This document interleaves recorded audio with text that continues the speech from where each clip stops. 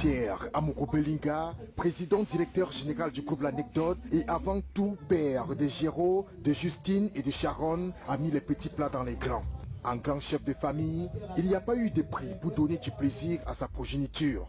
Des invités première classe, on pouvait en apercevoir. C'est l'exemple du ministre d'État, ministre de la Justice, garde des Sceaux, Laurent Esso, accueilli par le président directeur général Jean-Pierre Amogo-Belinga lui-même et sous haute ovation des invités déjà en place. Le même rythme et les mêmes honneurs seront adressés à Issa Tiroma Bakari, ministre de la Communication, porte-parole du gouvernement. Ensuite, au tout nouveau ministre des Transports, Jean-Ernest Massénangale Bibey, au ministre de la Santé publique, André Mamafouda. En plus, au directeur général de la Nord, Charles Boto Angon, qui a répondu présent. Idem pour le représentant résident de l'IAI Cameroun, Armand-Claude Abanda et son épouse. Le premier conseiller technique de l'ambassade de France au Cameroun.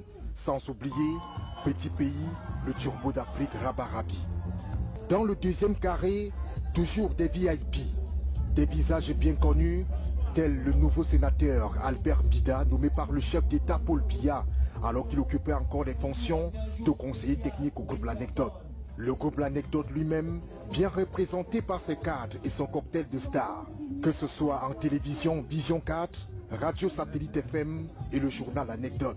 Au centre, en master of the cérémonie, le duo Nadine Patricia Mungue et Ernest Obama.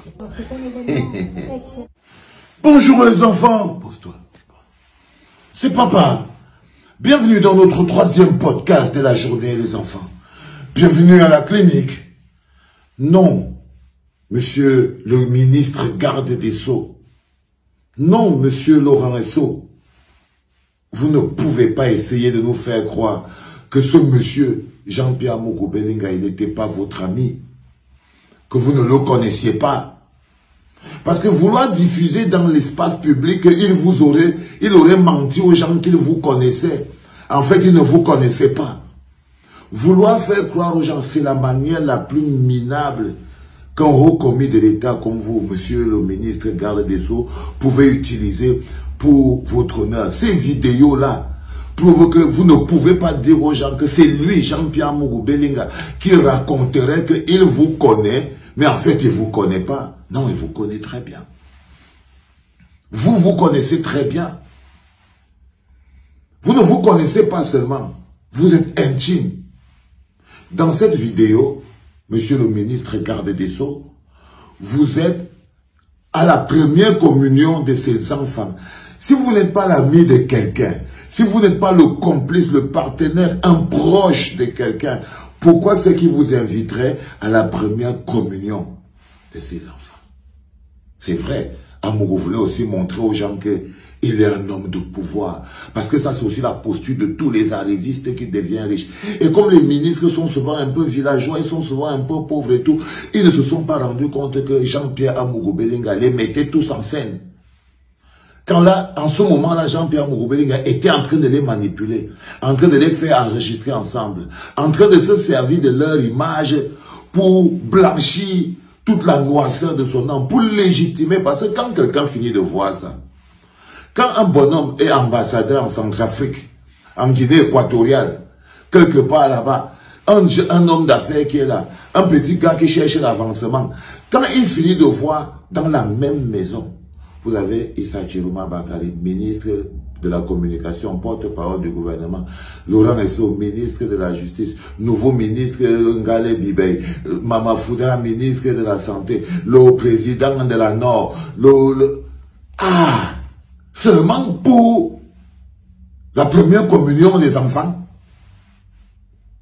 Seulement pour la première communion des enfants. Regardez seulement les invités. Regardez seulement les invités. On dirait une cérémonie officielle.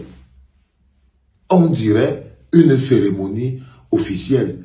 Parce que ça, c'est aussi le processus de tous les mégalomanes.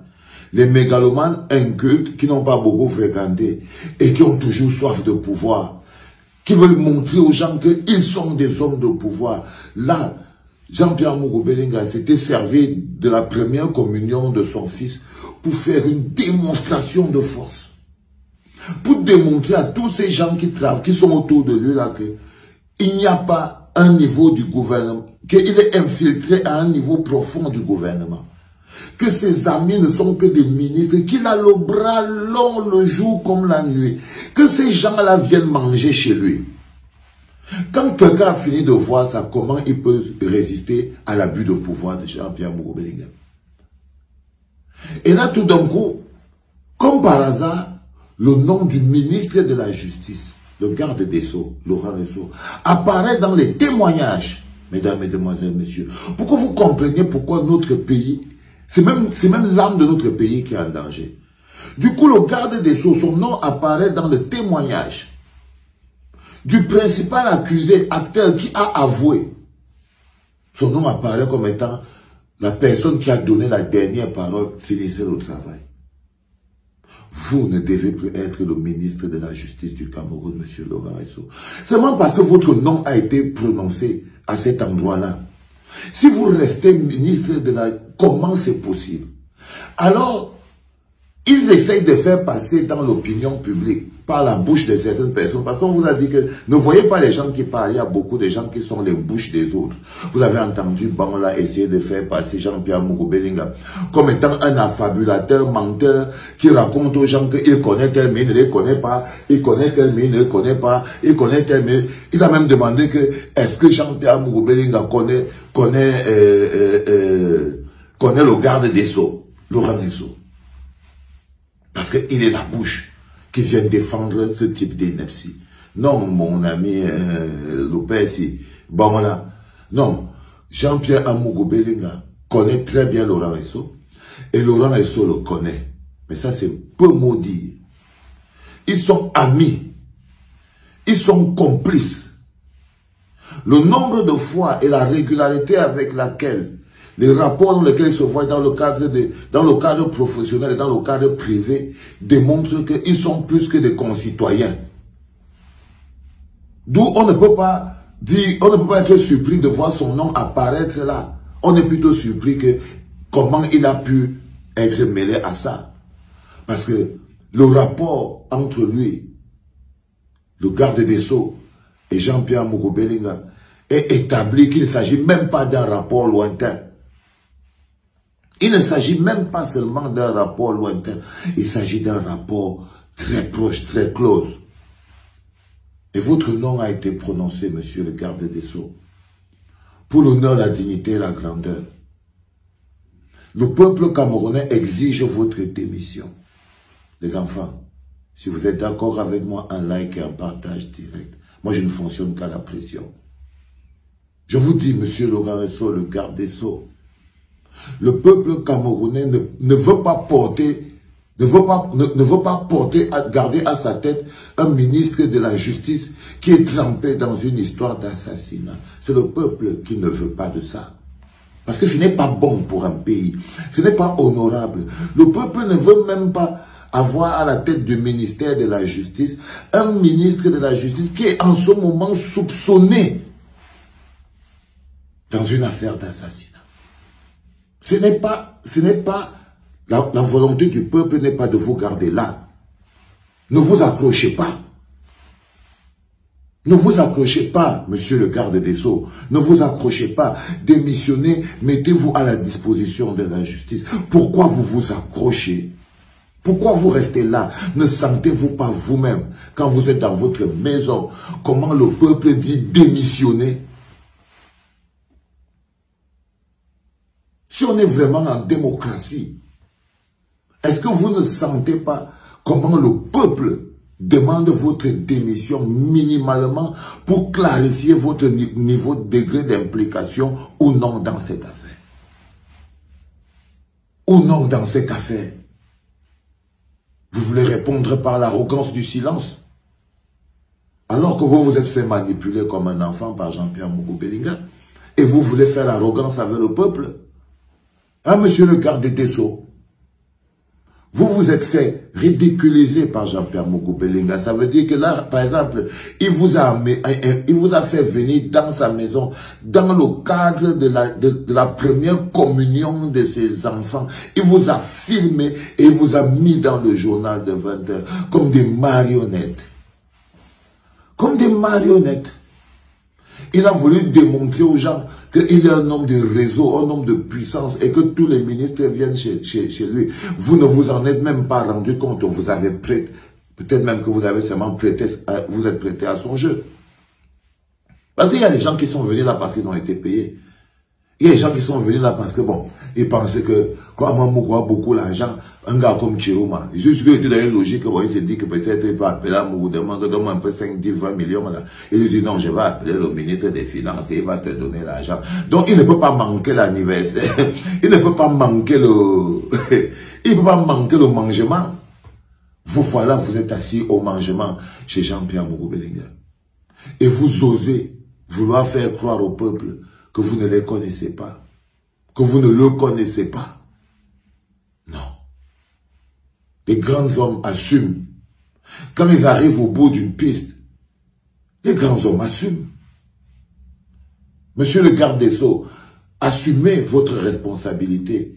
Pas en disant oui, je l'ai fait, parce que je n'en sais rien. Votre nom a été cité. Simplement pour notre pays, pour ne pas salir nos institutions. Vous les patriotes qui disent souvent là qu'on défend les institutions. Là, vous défendez quoi? L'institution ministère de la Justice est interpellée dans le cadre de l'assassinat du journaliste Martinez Zogo. Maintenant, vous avez la différence entre l'institution qui est le ministère de la Justice et vous avez le ministre de la Justice. Qu'est-ce que vous faites? Vous protégez l'institution ou vous protégez le ministre de la Justice? Parce que si vous gardez le ministre de la Justice, ça veut dire que vous avez sacrifié l'institution. Comme quoi, Pomba n'a jamais été une institution. Parce que si vous défendez les institutions, vous devez vous lever aujourd'hui pour demander le départ et la mise à la disponibilité de la justice de l'actuel ministre de la Justice. Ben oui, c'est logique.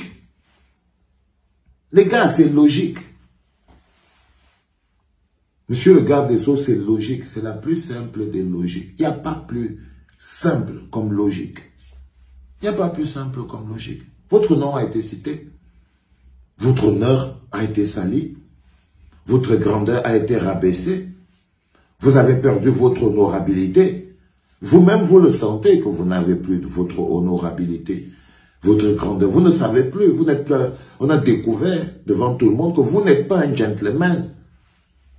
Vous n'êtes pas un gentleman. Vous n'avez pas la classe du gentleman. Vous n'êtes pas un gentleman.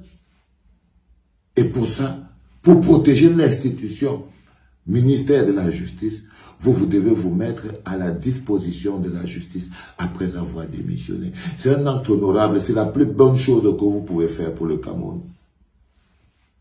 C'est-à-dire que si vous pouvez encore faire quelque chose pour ce pays, pour qu'il puisse avoir un demain un peu plus radieux, un avenir un peu plus radieux, l'un des actes que vous pouvez poser, monsieur le garde des Sceaux, c'est de justement déposer le sceau. C'est de déposer et de partir. Et de partir. Parce que vous le sentez. Vous l'entendez, ces cris de ce peuple camerounais. Vous entendez comment il crie, démissionne, démissionne, démissionne. Et la voix répond derrière, et mets-toi au service de la justice. Ils ne veulent plus de toi. Parce que tous les jours que tu restes là, tu fais douter du fonctionnement et de l'impartialité de la justice. Ta présence à la tête du ministère de la Justice fait douter de l'impartialité de la justice. Je voulais vous le dire, monsieur le garde des Sceaux, je vais vous le répéter jusqu'à ce que vous compreniez, jusqu'à ce que le peuple camerounais finisse par vous le faire entendre de la manière la plus audible possible. Et ben voilà. C'était le 3e podcast de la journée, les enfants. Et c'était papa. On lâche rien. Petit vélo.